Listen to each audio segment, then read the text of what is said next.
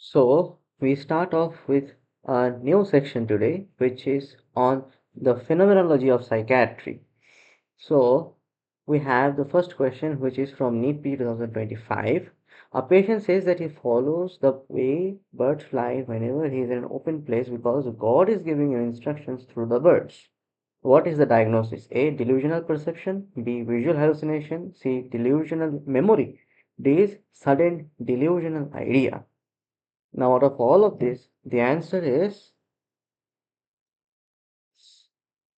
delusional perception A. Okay. So, delusional perception. What does the term mean? So, delusional perception is characterized by two-memberedness.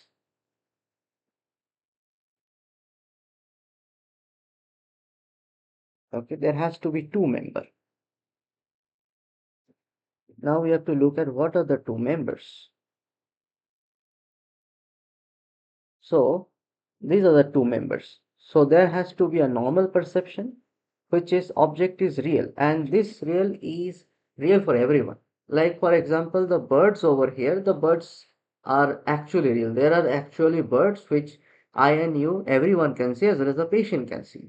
But this is coupled with some illogical meaning. The glitch is over here. Okay, the perception of the real object is problematic.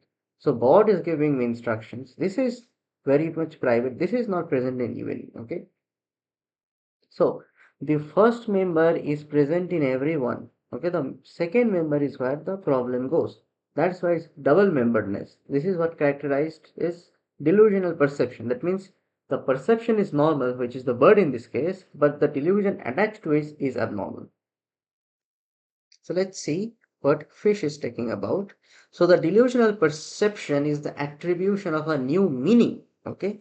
So this new meaning, usually the sense of self-reference to a normally perceived object. The new meaning cannot be understood as arising from patient's affective state or previous attitude. That means this new meaning cannot be explained because a person is happy or sad. Okay, or the Schneider emphasized the importance of this symptom as two-memberedness. Once again, the two-memberedness has been discussed over here. First is the perception, second is its special meaning attached to it. As there is a link from the perceived object to the subject's perception of this object, and a second link to the new significance of this perception. So, this second link to the new significance of this perception, this is what is the problem is, and this is why it is a delusional perception. So applying two-member nest test over here, the perceived object is real, normally perceived birds flying, and everyday one. An entirely new self-referential significance is attached to it. The God is giving him instructions. Both members are present, which is the defining structure of a delusional perception, also listed as Schneiderian first-rank symptoms, by the way. Okay. Now let's see why the other options are wrong. Visual hallucination. Okay, this would require a false perception, like seeing something that is actually not there. But in this case, there's actually birds, real birds. Okay,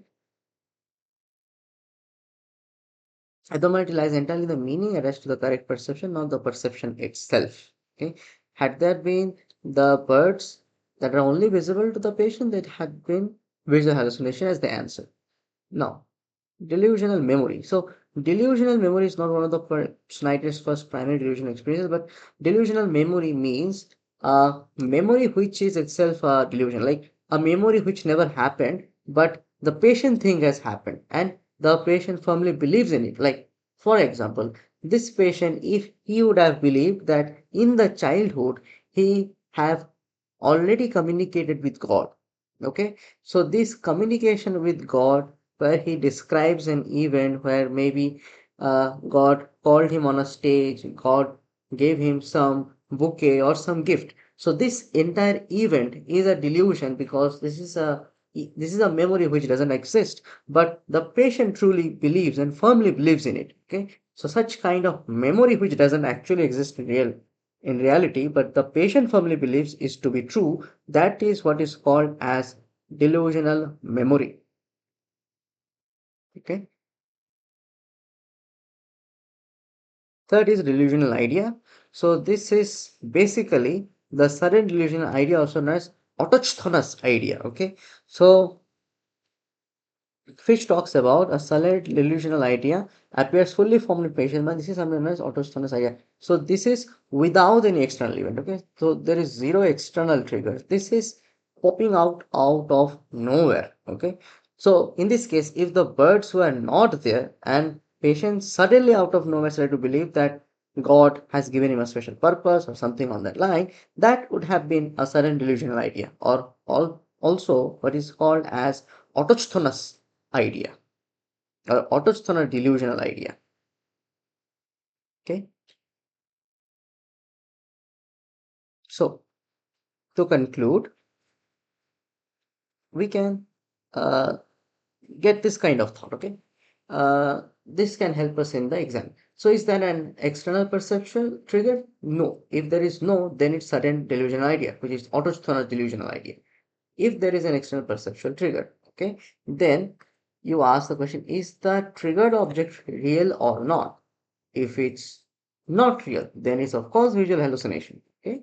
If it's yes, then there is delusional perception, which is the answer in our case. Okay.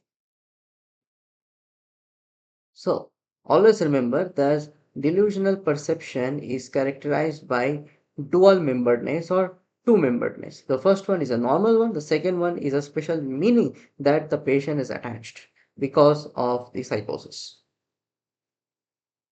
Okay. Now, hope you have a clear understanding of the psychopathology. We'll meet in the next section. Thank you.